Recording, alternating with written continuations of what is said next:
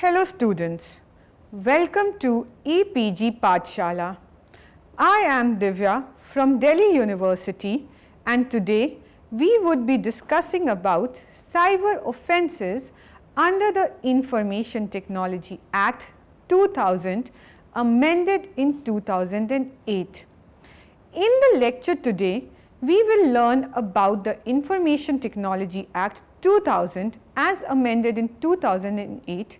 With the help of this lecture, the students will be able to firstly understand the evolution of the Information Technology Act 2000 amended in 2008. Secondly, to understand the significance of framing of cyber laws so as to combat increasing cyber crimes, develop an understanding of the various cyber offences laid down in the IT Act and the punishment and penalties for the same.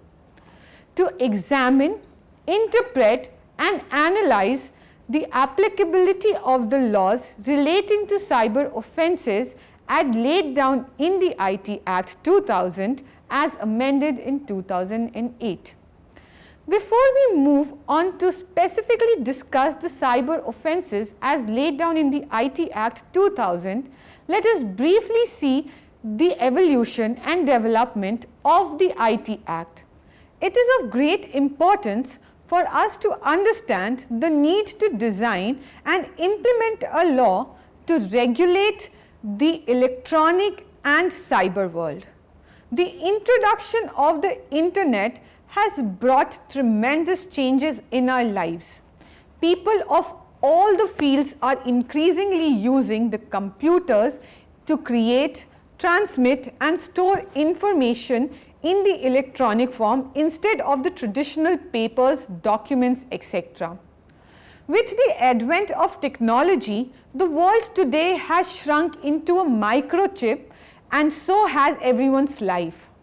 Computers, internet and communication have substituted paper-based communication by digital and electronic communication. Information stored in electronic form has many advantages. It is cheaper, easier to store, easier to retrieve and speedier to connect. Though it has many advantages, it has been misused in many people in order to gain for themselves or for the sake to harm others. The high and speedier connectivity to the world from any place has developed many crimes, and these increased offences led to the need of law for protection. Some countries have rather been vigilant and formed some laws governing the Act. The United Nations Commission on International Trade Law, that is UNCITRAL, realizing the impetus being given to the computerization, adopted the model law on the e-commerce in 1996.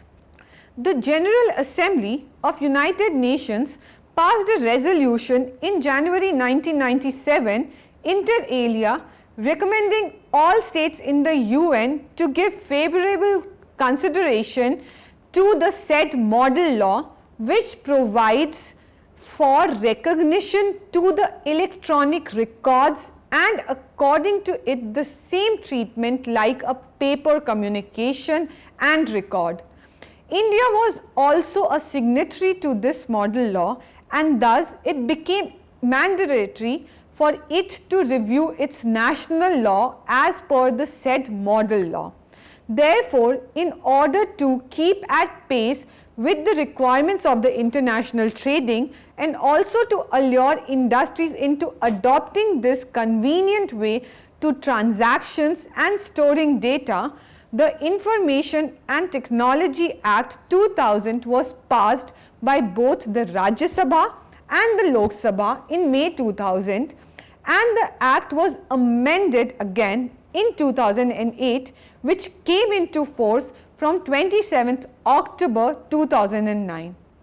The preamble of the Act quotes, and this is also the objective behind the implementation of the Act, and I quote, an act to provide legal recognition for transactions carried out by means of electronic data, interchange and other means of electronic communication, commonly referred to as electronic commerce or e-commerce, which involve the use of alternatives in paper-based methods of communication and storage of information to facilitate electronic filling of documents with the government agencies, and further to amend the Indian Penal Code, the Indian Evidence Act 1872, the Bankers Books Evidence Act 1891 and the Reserve Bank of India Act 1934,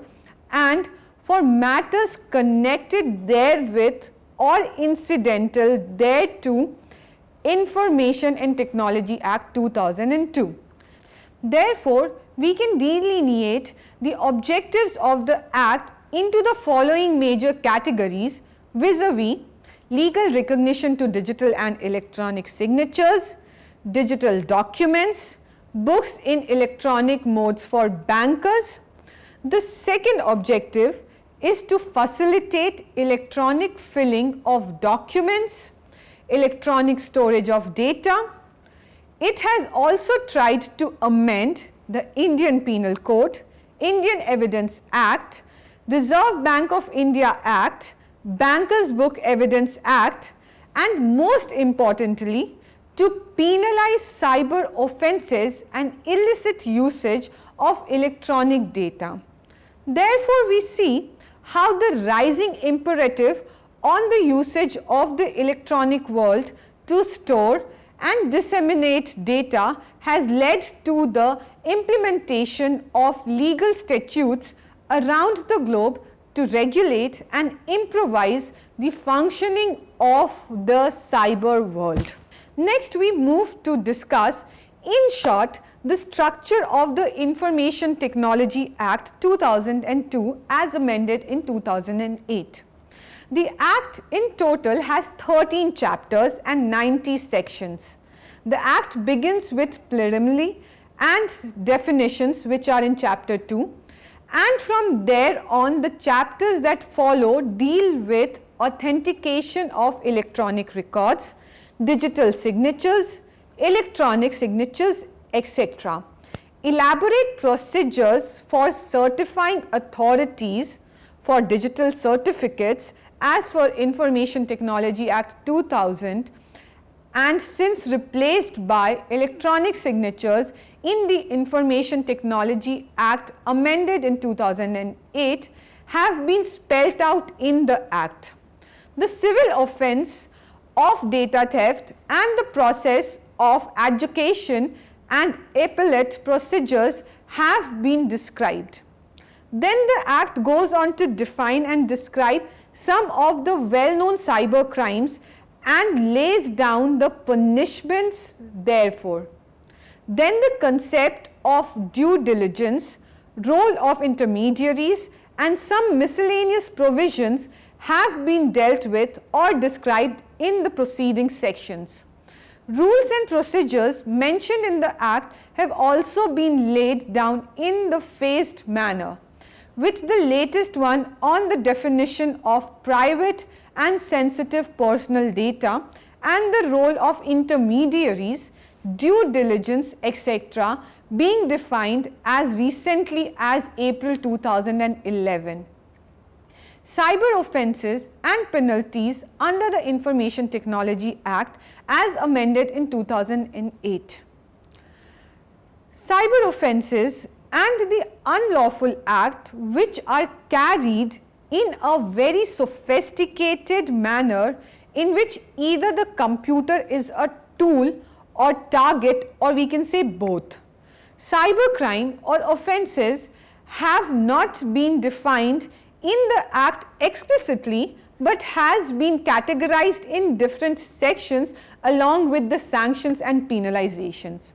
However, for understanding cyber offences can be viewed as the unlawful acts which are carried in a very sophisticated manner in which computer plays both the role of it being a tool or a target. Cyber offences are usually generalized into three categories, which are firstly committed against persons, secondly committed against property, and thirdly they are directed towards a state government. Chapter 11 of the Act covers the offences and the penalties that are accrued upon when the law is threatened. Cybercrime usually includes, under its various underpinnings, unauthorized access to computers, data diddling, virus worms attacks, theft of computer systems, hacking, denial of attacks, logic bombs, Trojan attacks, internet time thefts, web jacking, email bombing, salami attacks, physically damaging computer systems. Now we move on to specific cyber offences under the Act. The cyber offences as mentioned under the Information Technology Act 2000 have been delineated as follows in its various sections. Section 65, tampering with computer source documents. It states any person who knowingly or intentionally conceals, destroys or alters or causes another to conceal, destroy or alter any component, source code used for a computer, computer program, computer system or computer network when the computer source code is required to be kept or maintained by law for the time being in force shall be punished. For the purpose of this section, computer source code means the listing of programs, computer commands, designs and layout and program analysis of computer resource in any form. The object of the section is to protect the intellectual property invested in the computer. It is an attempt to protect the computer source documents or the codes beyond what is available under the copyright law. Section 66, computer related offences. This section prior to the amendment of the 2008 covered for penalization of hacking of computer system, which now has been elaborated in several subsections. Firstly is section 66A.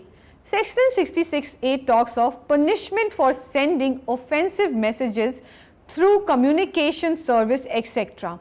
Any person who in means of a computer resource or a communication device sends A. any information that is grossly offensive or has a menacing character, or B.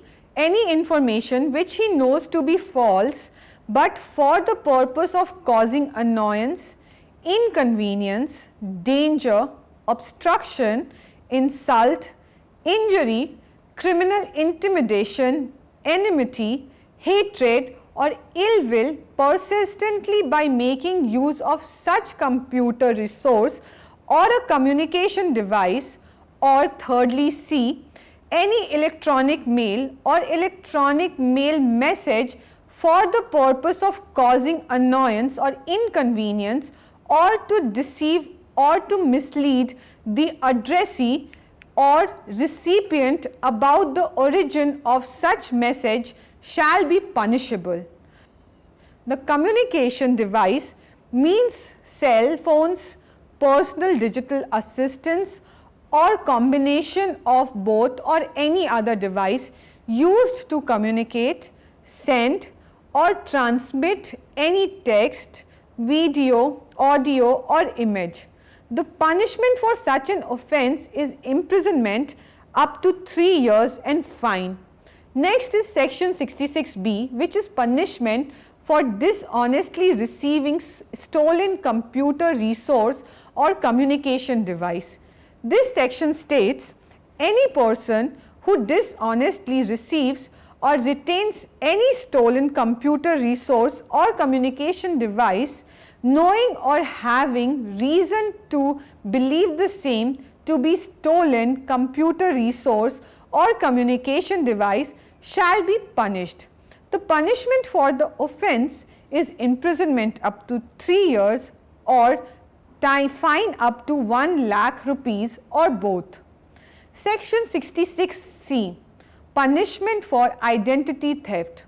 This section deals with any person who fraudulently or dishonestly makes use of the electronic signature, password or any other unique identification feature of any other person. Such person committing identity theft shall be punished with imprisonment up to 3 years. The next section that we deal with is section 66D. Section 66D says punishment for cheating by personation by using computer resource. This section specifies on cheating and impersonation. It says that any person who by means for any communication device or computer resource beats by personating shall be punished with imprisonment up to 3 years and fine up to 1 lakh or both. Next, we move to section 66E, which tells about punishment for violation of privacy. Privacy of any individual goes along with his right to life and identity. Be it breach of any individual's privacy in person or through cyberspace is an offence.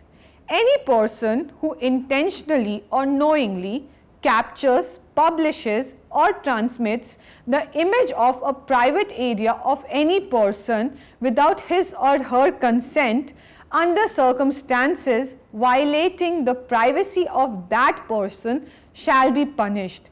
For the purpose of the Act, the term publishes has been defined as reproduction in the printed or electronic form and making it available for public.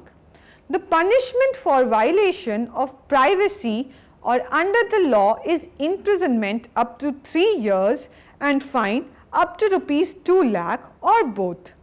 Next section is section 66F. This section talks about one of the worst forms of organized crime, which is now not limited to the traditional crime. Technology has its say in instilling fear. This section speaks of punishment for cyber terrorism. It states a person commits the offence of cyber terrorism if he, firstly, with intent to threaten the unity, integrity, security or sovereignty of India or to strike terror in the people or any section of the people. Secondly, denies or cause the denial of access to any person authorized to access computer resource, or thirdly, attempts to penetrate or access a computer resource without authorization or by exceeding authorized access, or introduces or causes to introduce any computer contaminant and by means of such conduct causes or is likely to cause death or injuries to persons or damage to or destruction of property, or knowing that it is likely to cause damage or destruction of supplies or services essential to the life of the community or adversely affect the critical information infrastructure. Next, cyber terrorism knowingly or intentionally accesses or penetrates a computer resource without authorization or exceeding authorized access, and by means of such conduct obtains access to the information data or computer database that is restricted for reasons of the security of the state or foreign relations, or any restricted information, data or computer database with reasons to in belief that such information, data or computer database so obtained may be used to cause or likely to cause injury to the interests of the sovereignty and integrity of India, the security of the state, friendly relations with foreign states, public order, decency or morality, or in relation to contempt of court, defamation or incitement in an offence or the advantage of any foreign nation, group of individuals or otherwise. Whoso is found involved in such an offence is penalized with life imprisonment. Next we move to section 67 of the Information Technology Act 2000. This talks about punishment for publishing or transmitting obscene material in electronic form. This section talks about cyber obscenity in short. It states that any person who publishes or transmits or causes to be published or transmitted in the electronic form any material which is lascivious or appeals to the prescient interest of its effect in each as to tend to deprave and corrupt persons who are likely having regard to all relevant circumstances to read, see or hear the matter contained or embodied in it shall be punished upon first conviction with imprisonment up to 3 years and fine up to rupees 5 lakh, and upon second conviction with imprisonment up to 5 years and fine up to 10 lakhs. Section 67A of the IT Act. This talks of punishment for publishing or transmitting of material containing sexually explicit act etc. in electronic form. This section specifies the form of cyber obscenity and states that any person who publishes or transmits or causes to be published or transmitted in the electronic form any material which contains sexually explicit act or conduct shall be punished again upon first conviction with imprisonment up to 5 years and fine up to rupees 10 lakh, and upon second or subsequent conviction with imprisonment up to 7 years and fine up to rupees 10 lakhs. Next we move to section 67B, which is punishment for publishing or transmitting of material depicting children in sexually explicit act etc. in electronic form. This part of the act speaks of cyber obscenity in relation to children, that is punishment for child pornography. It states that any person who publishes or transmits or causes to be published or transmitted material in any electronic form which depicts children engaged in sexually explicit conduct or creates text or digital images, collects, seeks, borrows, downloads, advertises, promotes, exchanges or distributes material in any electronic form depicting children in obscene or indecent or sexually explicit manner, or cultivates, entices or induces children to online relationship with one or more children for and on sexually explicit act or in a manner that may offend a reasonable adult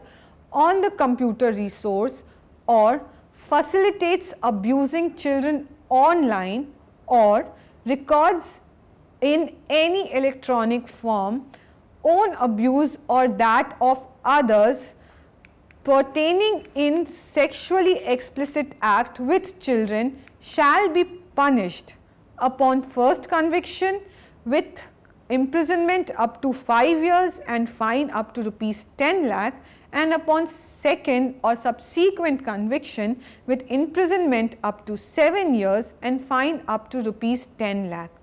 However, these provisions does not extend in any book, pamphlet, papers, writings, drawings, paintings, representation or figures in electronic form which is proved in the justified as being for the public good on the ground that such material is in the interest of the science, literature, art or learning or other objects of general concern or public good. Next cyber offence is in section 71, that is penalty for misrepresentation. Misrepresentation of facts and information also accounts for an offence under the IT Act. It says that any person who makes any misrepresentation to or suppresses any material fact of the controller or the certifying authority for obtaining any license or electronic signature certificate shall be punished. The punishment would be imprisonment for a term which may extend up to 2 years or with fine which may extend up to rupees 1 lakh or with both. The next section, that is section 72, talks for penalty for breach of confidentiality and privacy. If any person who in pursuance of any of the powers conferred under this Act, rules and regulations made under the Act has secured access to any electronic record, book, register, correspondence, information, document or other material without the consent of the person concerned and discloses such electronic record, book, register, correspondence, information, document or other material to any other person shall be punished with imprisonment for a term which may extend up to 2 years or with fine which may extend up to rupees 1 lakh or with both.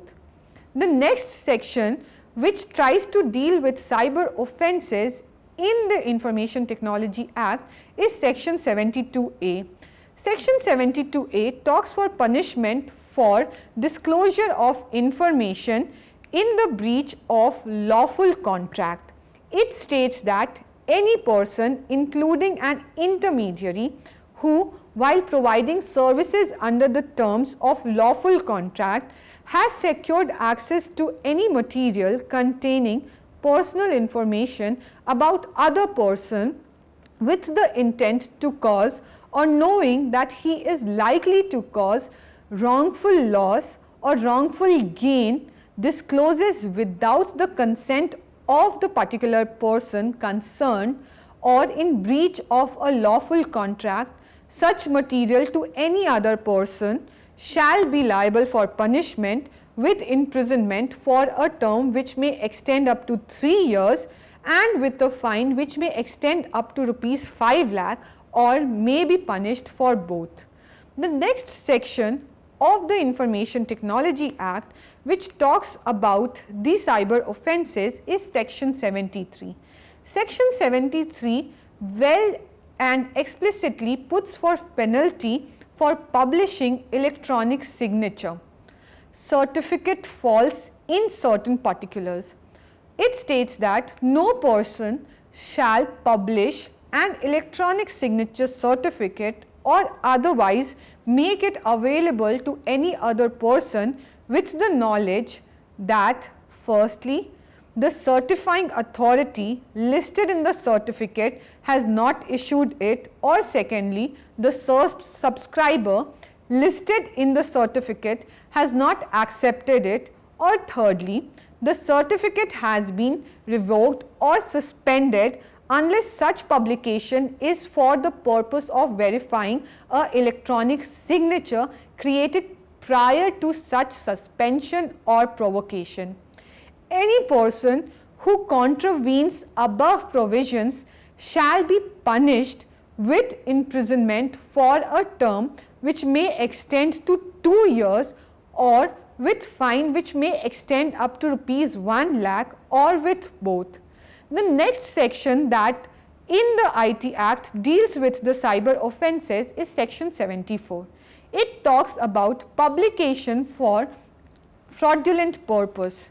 It states that any person who knowingly creates, publishes or otherwise makes available an electronic signature certificate for any fraudulent or unlawful purpose shall be punished with imprisonment for a term which may extend up to 2 years or with fine which may extend to rupees 1 lakh or with both.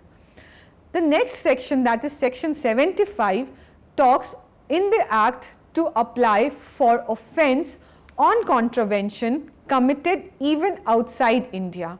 The provisions of this Act shall apply also to any offence or contravention committed outside India by any person irrespective of his nationality.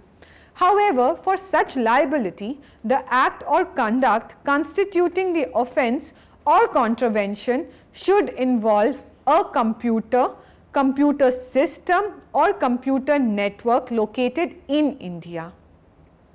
This is what briefly describes for what makes for the cyber offences under the Information and Technology Act 2000 as amended in 2008.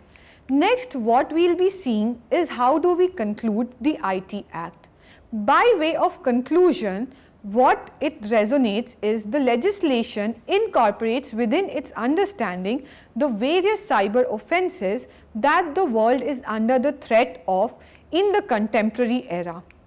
Proper and timely implementation of the Act may help curb the cyber menace and also make the cyberspace a more secure, safe and easy space for storage and functioning and transaction and definitely sharing. Its linkages with other acts like the Indian Evidence Act 1872, the Bankers Books Evidence Act 1891 and the Reserve Bank Act have made it a comprehensive and umbrella act to deal with any kind of cyber offence or cyber crime. Its proper interpretation and implementation is what is the need of the hour, and therefore we all need to work towards to combat cyber offences, and Information and Technology Act 2000 provides us with such an opportunity. Thank you.